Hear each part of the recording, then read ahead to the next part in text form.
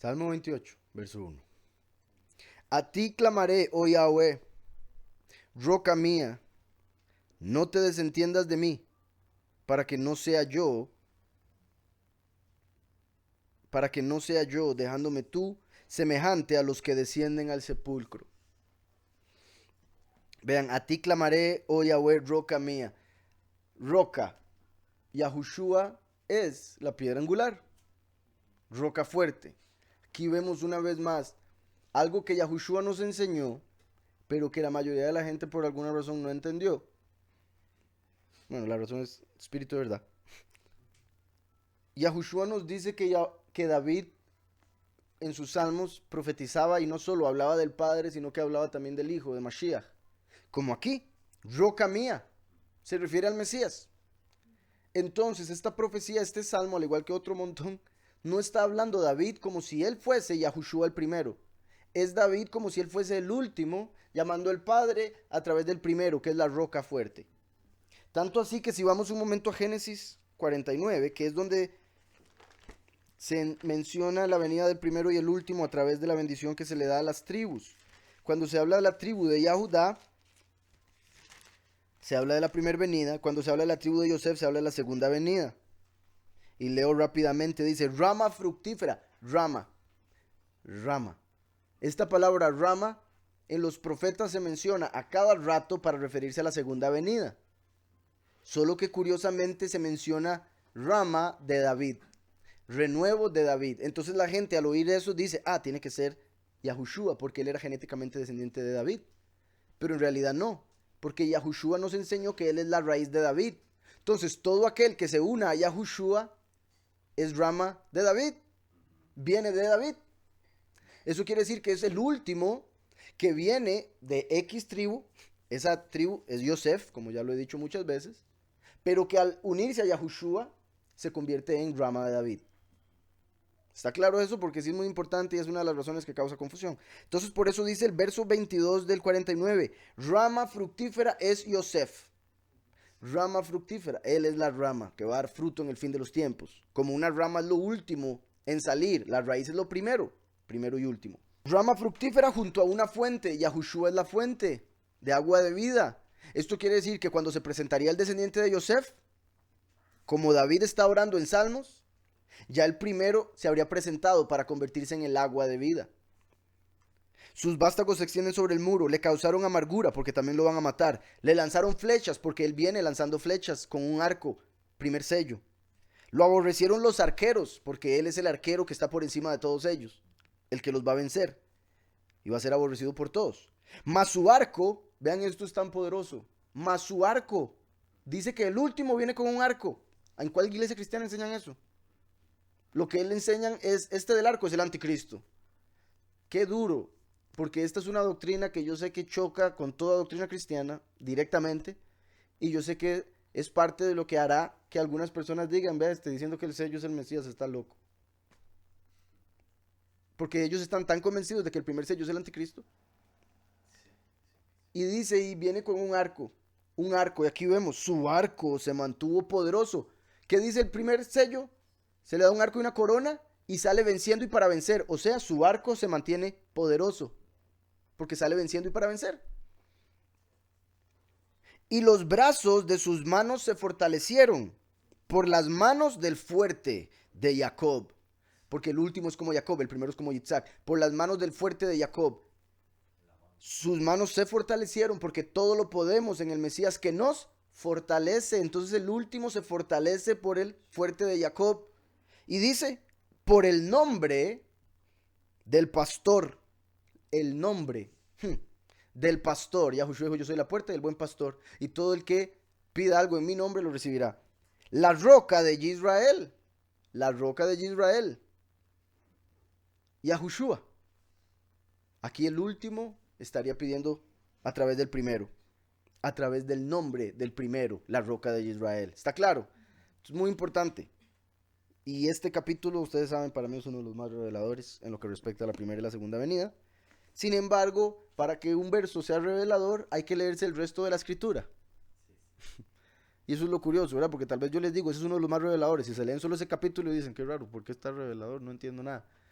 La única forma de entenderlo es leer el resto de la escritura para saber por qué es que está diciendo lo que está diciendo en cada momento, como eso del arco, como el que se mantiene poderoso, como que es un vástago fructífero, la rama, etcétera.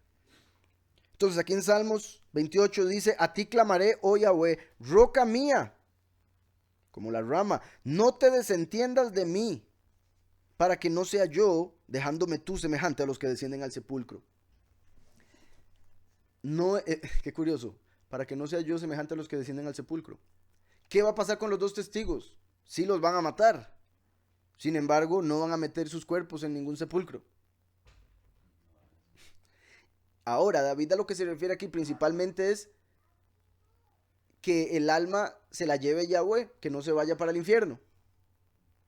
Porque el irse al sepulcro, que es el Sheol, cuando se habla de sepulcro como tal, se está hablando de muerte, se está hablando de estar dormido, se está hablando de lo malo, puesto que los que están en el Padre, aunque hayan pasado de este mundo al otro, siguen vivos. Y por eso Yahweh dice ser el Elohim de Yitzhak, Jacob, de Abraham, porque ellos siguen vivos. En Lucas 17 hay una enseñanza muy poderosa. Voy a leer solo un verso de esa porque yo acostumbro leer toda esa historia. Cada vez que menciono un verso de esta historia, acostumbro leerla toda. Necesito no hacerlo. Siempre digo el 17 y es el 16. Capítulo 16, verso 22. Aquí se habla de Lázaro, un hombre mendigo, apartado, justo, y de el hombre rico, que no era nada justo. No se menciona su nombre porque era un injusto, era un impío, entonces su nombre no se menciona, no merece ese honor. Mientras que el otro, que era un mendigo, lo vil del mundo, como lo verían, sí se menciona su nombre, porque era un hombre a quien Yahweh ayudó. De hecho, ese es el significado de su nombre, Eliezer. Dice, aconteció que murió el mendigo y fue llevado por los ángeles al seno de Abraham. Fue llevado por los ángeles al seno de Abraham. Y murió también el rico y fue sepultado. O sea, fue llevado al sepulcro. El rico era un impío y por eso lo único que se dice en su muerte es llevaron al sepulcro. Era un cuerpo más en un hueco. Pero el mendigo muere y no se dice que lo enterraron. Se dice y los ángeles lo recogieron y lo llevaron a la presencia de Abraham. O sea, él seguía vivo. ¿Está claro? Después vemos que el rico está en el infierno hablando con Abraham. Entonces el rico continuó consciente, pero muerto,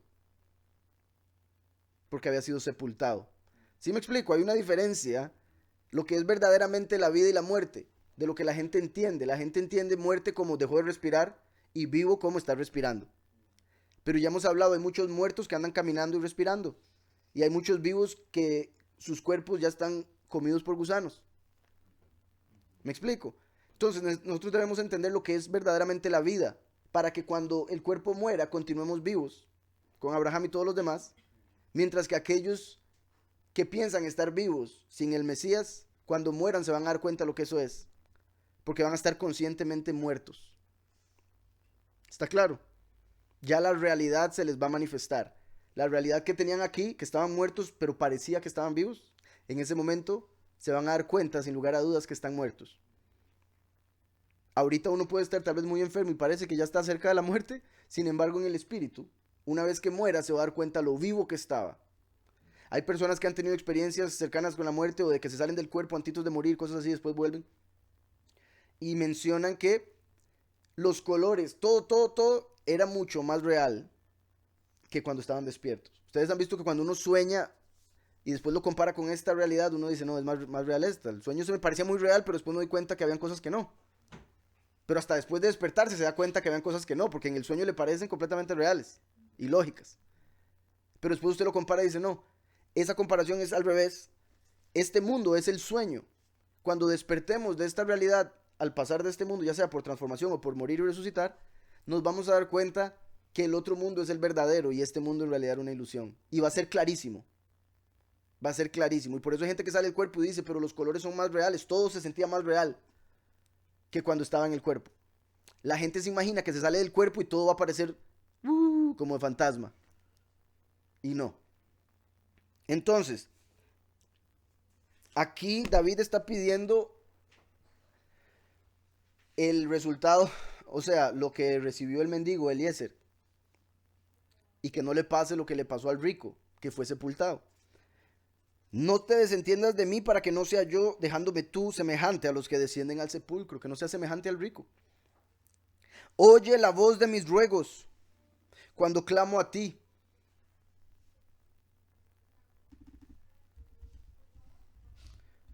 Oye la voz de mis ruegos cuando clamo a ti. Cuando alzo mis manos hacia tu Kadosh templo, hacia tu apartado templo. Qué curioso. Sabemos, la gente que sigue la letra, lee esto y dice, ah, claro, estar hacia el este, donde estaba construido el templo, porque Salomón oró y dijo que cuando alguien ore hacia este templo, le respondas la oración. Ujú. Pero están leyendo según la letra, están entendiendo según la letra. Yo no dudo que si uno ora hacia el este, o sea, pensando en el templo, suceda algo más poderoso por lo que Salomón pidió. No lo dudo. Pero hay algo más poderoso que Salomón y es Yahushua, quien dijo, destruid el templo y yo lo levanto en 3 días. Entonces, ¿qué quiere decir eso? No hay que orar con las manos hacia el templo de piedra que ya no está ahí. Hay que orar con las manos hacia Yahushua, que está a la derecha del Padre. Me explico, eso es lo que David está diciendo una vez más, como cuando dice, roca mía, a ti clamaré. Ahora dice, cuando alzo mis manos hacia tu apartado templo, o sea, cuando alzo mis manos hacia Yahushua. No me arrebates, lo mismo que leímos ahora. Nos saltamos un capítulo porque ya lo habíamos leído, ya que dice lo mismo. No me arrebates juntamente con los malos. El 9 del 26. No arrebates con los pecadores mi alma. No me arrebates juntamente con los malos. ¿Se acuerdan cuando Yahushua habla en Lucas, Mateo y Marcos? Que le preguntan a los discípulos, ¿cuándo será el fin? Y él les explica toda la historia y les dice, esa noche habrán dos en la azotea, antes de decir eso, dice, si usted está en la azotea, corra sin tomar nada de la casa. Si está en el campo, huya sin devolverse a ningún lado. Porque os digo que esa misma noche habrán dos en el campo, uno será tomado y otro dejado. Entonces los discípulos preguntan, ¿dónde serán llevados los que fueron tomados? O sea, los que fueron arrebatados. Y Yahushua les dice, donde vean los buitres, ahí van a estar los cadáveres. O sea, Yahushua les dice, los que van a ser arrebatados en ese momento donde hay dos, uno será tomado y otro dejado, el que es tomado va a morir. El que es dejado se pone la marca de la bestia. El que huyó, le pasó lo de Lot, se salvó. Por eso dice, la venida del Hijo del Hombre será como los días de Noé y los días de Lot. Recuerden la esposa de Lot. Recuerden huir y no volver a ver atrás, es lo que está diciendo Yahushua. Porque van a venir a agarrar a uno, lo van a arrebatar. La escritura habla del arrebato o el arrebatamiento. Sí, porque el arrebato ya es lo que hacen muchos en la fiesta. El arrebatamiento de los pocos lo explica Paulus. Pero también estamos viendo una y otra vez que hay un arrebatamiento de los impíos o de los rebeldes. Porque están en una rebelión algunos sin saberlo por ahora. Después se van a dar cuenta y van a empezar a rebelarse conscientemente y eso ya es el problema y por eso mueren y tienen que pagar con su carne. Entonces, cuando alzo mis manos hacia tu apartado templo, no me arrebates juntamente con los malos y con los que hacen iniquidad, los cuales hablan shalom. Estaba viendo que al parecer la pronunciación correcta de esa palabra no es shalom, originalmente era shalom, porque eso es como una vav. Estaba viendo también que la vav, originalmente la pronunciación en vez de vav era wow, como wow. Y el sonido es la W. Como esto ya lo había notado, pero no lo había escuchado así, explicado y todo lo demás. Lo había notado, me había parecido que sí era, que por eso ponemos YHWH. La VAV es la W. Por eso, dependiendo de la palabra en que aparece, suena como una U o como una W. O sea, la U y la W tienen un sonido muy similar. La BET, dependiendo de la palabra en que aparece, suena como B o suena como V. Como Babel. Aparece 2 veces, pero se pronuncia diferente en cada vez. Aviv es con Bet, pero se pronuncia como V. Por eso la Vav no es una V, la Vav es una wow. ¿Está claro? Entonces estaba mencionando eso. Por un lado, por el hecho de lo de Yahweh, Yahushua, se confirma con que la Vav suena como una W, como una U. La yud es la Y, tiene el sonido de la Y originalmente, repito. O sea, estaba viendo un estudio de los sonidos que se creen eran los originales de las letras. La tav es como taf, es un toque suave, como con la lengua entre la. No es taf, sino taf. Eh, y otras cosas similares que cambia el sonido un poco. Y como les digo, no sería shalom, sería shalom, según el original. El sonido, sí, porque repito, si usted pone, digamos, Yahweh se puede escribir con U o con W y se pronuncia igual. We, imagínese W-E y después imagínese U-E. ¿Cómo lo pronuncia? ¿We o we? Es la misma pronunciación. ¿Sí, sí me explico? Entonces, por eso es que se puede usar la W, pero hay veces dependiendo de las letras que están a la par, la W suena más como una consonante que como una U. Entonces ahí es donde, por eso es que cuando pongo Yahushua, pongo la U, porque si pongo una W, ¿cómo se lee eso? Yahushua, Yahushua. ¿Sí me explico? Pero en hebreo es la misma palabra, sin embargo en español, si usásemos la W, no se pronuncia bien. Por eso es que pongo la W en el nombre del Padre, pero pongo la U en el nombre del Hijo, a pesar de que en hebreo es la Vav. Espero eso se entienda, la razón de por qué lo hago. Hay unas personas que ponen una W después de la U. Entiendo, la W es por la Vav, pero siento que es agregar una letra que no es necesaria para la pronunciación. Y puede hacer más bien que se pronuncie mal, porque digan Yahoo, Shehua. Pero repito, yo estaba ya oyendo a un judío, rabino casi ortodoxo. Digo casi ortodoxo porque no tenía el pelo largo. Bueno, no tenía los colochitos, pero todo lo demás sí. Y estaba hablando de todo eso y él mismo hacía las diferenciaciones entre cómo pronuncian los Ashkenazí y cómo pronuncian los Sefardim y cómo sería la correcta. Los Sefardim son los que están más cerca de. Sin embargo, los Sefardim sí anduvimos por muchas partes del mundo y eso hizo que cambiáramos las pronunciaciones de las cosas. Los Ashkenazi entraron mucho más tarde, por ende ellos hicieron lo que les dio la gana. Como por ejemplo la Tav la pronuncian como una S. O sea, la T como una S. Y otras letras, o sea, ya el cambio es radical. En el sefardí es más correcto, la Tav es una T. Sin embargo, hay pronunciaciones, como les digo, a veces es muy mínimo la diferencia en pronunciación. Pero ahí vamos poco a poco. Y como les dije, me compré unos libros ahí que espero estarles hablando de hebreo para el próximo año. No, en realidad espero ya, bueno, bendito sea el Padre, entiendo muchas cosas leyéndolas, pero espero ya poder leer la Torah en hebreo completamente sin problema pronto. Entonces decía, no me arrebates juntamente con los malos y con los que hacen iniquidad, los cuales hablan shalom con sus prójimos, pero la maldad está en su corazón. ¿Cuánta gente, verdad, no anda? Saluda a cualquier persona y después esa persona, hubiera que mal me cae ese, y lo acaba de saludar como si nada. Cosas así. Mientras que nosotros, si amamos a alguien, más bien se lo mostramos, por ejemplo, revelándoles la verdad, y a veces ellos lo ven más bien como que los odiamos o que estamos en contra, y más bien uno lo está haciendo por amor. Entonces vean cómo el error puede hacer que uno aleje a los que lo aman y acerque a los que lo odian. Cuando uno está en el pecado normalmente hace eso. Y por eso se dice en el mundo como que hay que volar más ojo de los que están cerca de uno que de los que están lejos. Y en muchos casos, esos que están cerca son los que dicen ser amigos. Eso. Ujú. O sea, que al final normalmente los enemigos son los que están cerca. Y por eso hay que tener cuidado. Y eso principalmente en el mundo, ¿verdad? Porque si estamos en la congregación, ese no es el caso. Pero en el mundo. Entonces hay que tener cuidado porque a veces los que están cerca son más bien los enemigos. Ve a Judas. Aún en la misma congregación salió uno. Entonces dice, pero la maldad está en su corazón. Yahweh nos dice de cuidar el corazón, es engañoso sobre todas las cosas, etcétera. Ellos están en su corazón llenos de maldad. A veces piensan que nosotros tenemos maldad porque estamos con mucho celo. Mientras que ellos nos pueden dar la cara más bonita de, ay, qué bárbaro, usted tenga cuidado. Y están pensando en el corazón, este hombre está con Satanás. Este hombre es un satánico, es un hereje. Entonces, los cuales hablan shalom con sus prójimos, pero la maldad está en su corazón. Dales conforme a su obra. Dales conforme a su obra. muy importante, la gente piensa que va a ser juzgado por la fe, nada más.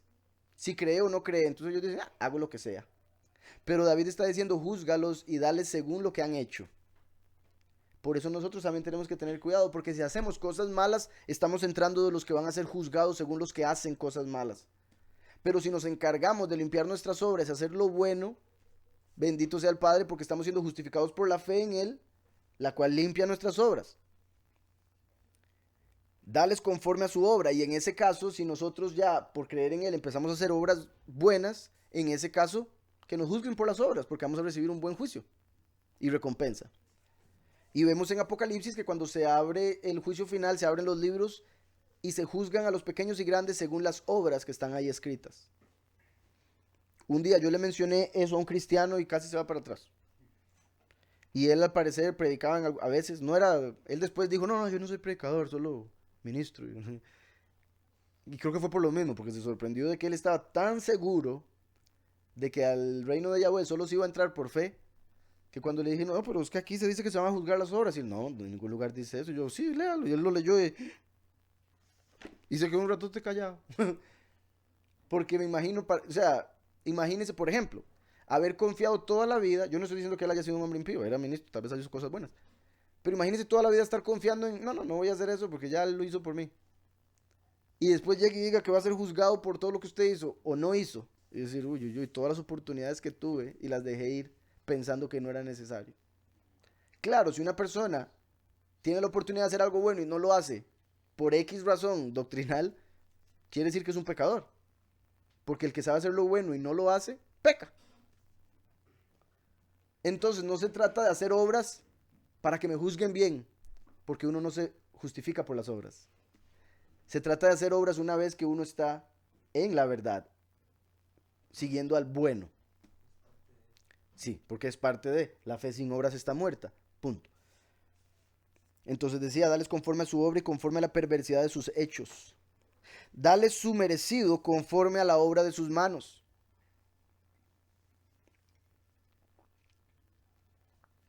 Por cuanto no atendieron a los hechos de Yahweh, no atendieron a las obras de Yahweh, a los milagros de Yahweh. Qué interesante los hechos, ¿verdad? Ahí está el libro de Hechos en el Nuevo Testamento y nadie ha atendido a eso. Bueno, cuando digo nadie me refiero al mundo, ¿no? Por cuanto no atendieron a los hechos de Yahweh, ni a la obra de sus manos. Él los derribará y no los edificará. Vean donde dice, dale su merecido conforme a la obra de sus manos. La obra de sus manos, sí, lo que hagan. Pero ¿cuál físicamente es la obra de la mano de los impíos? Los ídolos. Son literalmente trabajos que hacen con sus manos. Y a ellos les van a dar de acuerdo a lo que hicieron con sus manos. Hicieron ídolos. Esos ídolos son demonios. ¿Qué le va a pasar a los demonios? Se van al infierno. Entonces, ¿qué le van a hacer a aquellos que los hicieron? Igual. Conforme a las obras de ellos. Crearon demonios. Van a ser torturados por demonios, por decirlo de una manera. Y dice, después de eso, por cuanto no atendieron a los hechos de Yahweh ni a la obra de sus manos. O sea, no siguieron al Padre, sino que siguieron a sus ídolos. Y no atendieron a las cosas que hizo Yahweh, sino que atendieron a lo que ellos pensaban que los ídolos hacían. En realidad, ni siquiera lo que los ídolos hacían, ellos atendían a lo que ellos mismos hacían, porque atendían a los ídolos. Entonces ellos estaban poniendo atención al poder que ellos tenían en su carne según ellos, como hoy en día, mucha gente. Por cuanto no atendieron a los hechos de Yahweh ni a la obra de sus manos, Él los derribará y no los edificará. No los edificará, como el ídolo, que era una edificación, por ejemplo. Como ellos hicieron ídolos, Yahweh los va a destruir y no les va a dar un cuerpo nuevo. No les va a dar la vida eterna en un cuerpo eterno. No los edificará. ¿Se acuerdan algo muy interesante en el hebreo de Génesis? Cuando Yahweh forma a Adán del polvo, la escritura dice que él lo formó, Yetzar, de Yetzirah, lo formó del polvo. Pero después cuando habla de la mujer, usa otra palabra, dice que la edificó. Son dos palabras diferentes. Eso quiere decir que la mujer es un poco más complicada que el hombre. ¿Y quién no sabe eso? No sé. Pero en la construcción fue más complicada la construcción de la mujer que la del hombre. Entre otras cosas, la mujer tiene una parte extra que el hombre no tiene para poder traer hombres a este mundo. Entonces, ella que fue edificada, representada primero por la Bet, la segunda letra, que es como embarazada. ¿Han visto la B? Es una mujer embarazada. La Bet es una casa, es el espacio donde está el bebé. Y vale dos, como la mujer y el niño. Entonces, y la Bet representa un edificio y representa edificar. Entonces la mujer fue edificada, el hombre fue formado. Del hombre se sacó una parte para edificar a la mujer. Del barro se tomó una parte para formar al hombre. Entonces por eso es que en algunas cosas, o sea, tanto en el cuerpo como hasta en la mente, hay un poco de... Sí, varía el hombre de la mujer. Algo más quería decir, la Bet, edificación, por eso ella fue edificada. Y también ella, a través de su cuerpo, edifica cuerpos nuevos dentro de ella. ¿Sí me explico? El hombre es formado, por eso el hombre cuando nace de una mujer es formado en su vientre.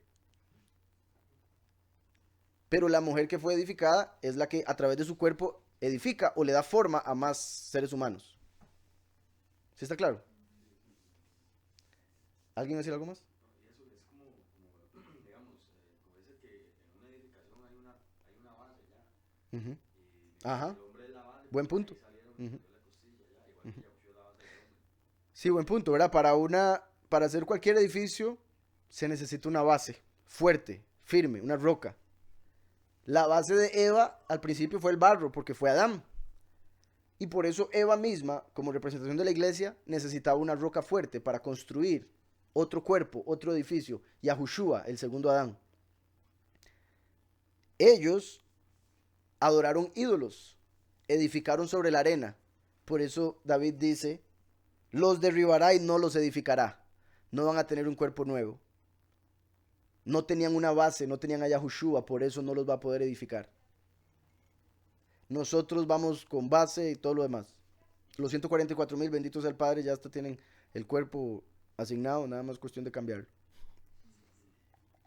Por eso cuando dice que la roca vino a ser cabeza de ángulo, eso es exactamente como la esquina que se empieza, digamos, todo edificio o Eso es es lo... algo, o sea, es que porque en inglés es cornerstone, Cornerstone. Sí, pero Cornerstone normalmente es la aquí es esquina, cabeza de ángulo. es la que se empieza el edificio y esa es la que normalmente uno se imagina.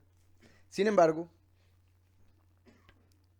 digamos también cuando se ve una pirámide, Ajá, sí. el ángulo estaría arriba. Bueno, está también en todo lado. En una pirámide hay ángulos por todo lado.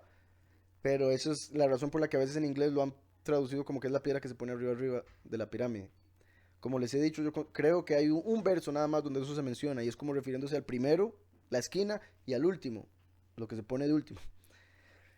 Pero según la tradición, ese verso, la piedra que fue rechazada por los edificadores, se ha convertido en la cabeza de ángulo, piedra de ángulo. Se debe a una historia de que Salomón quería usar una piedra gigante para ponerla encima en el templo. Una parte específica, como en la entrada, si no me equivoco, del templo, arriba de la puerta. Pero no podían levantarla de ninguna manera, era imposible. Entonces los edificadores del templo, seres humanos, la rechazaron. Dijo Salomón, yo quiero poner esta piedra ahí. Y los edificadores le dijeron, no se puede. Entonces rechazaron la piedra. Sin embargo, Salomón, a través de su sabiduría y conocimiento de los espíritus, llamó un espíritu, el cual se metió en una...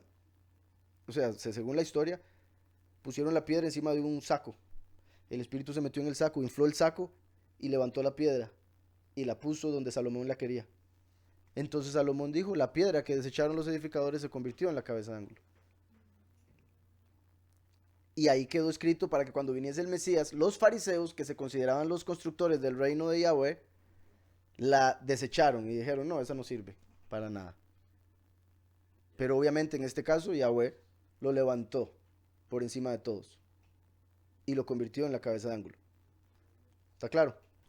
Dice, Por cuanto no atendieron a los hechos de Yahweh ni a la obra de sus manos, Él los derribará y no los edificará. Bendito sea Yahweh, Baruch, Baruch ata Yahweh, que oyó la voz de mis ruegos. Yahweh es mi fortaleza y mi escudo. En Él confió mi corazón y fui ayudado. En Él confió mi corazón y fui ayudado. El corazón está en el cuerpo, Yahushua como cabeza. Es como la iglesia confiando en Mashiach y siendo salva por ello. También vea que dice, Yahweh es mi fortaleza y mi escudo. Recuerden, todo lo puedo en el Mesías que me fortalece. Y el escudo de la armadura es la fe en nuestro soberano. Entonces, Yahweh es mi fortaleza y mi escudo. En él confió mi corazón y fui ayudado. Por lo que se gozó mi corazón. Y con mi cántico le alabaré. Yahweh es la fortaleza de su pueblo y el refugio salvador de su ungido. El refugio salvador de su ungido. Yahushua es el refugio, Yahushua es el salvador a quien Yahweh envió. Entonces está refiriendo del ungido último. El último que es ungido y necesita que Yahweh lo salve a través del primero. Yahweh es la fortaleza de su pueblo y el refugio salvador de su ungido. Salva a tu pueblo y bendice a tu heredad. Y apaciéntales, susténtales para siempre. Apaciéntales como ovejas, o sea que se presente como buen pastor y dé paz a su pueblo. Susténtalas para siempre, o sea, a partir del final, eternamente. Ahí termina el 28.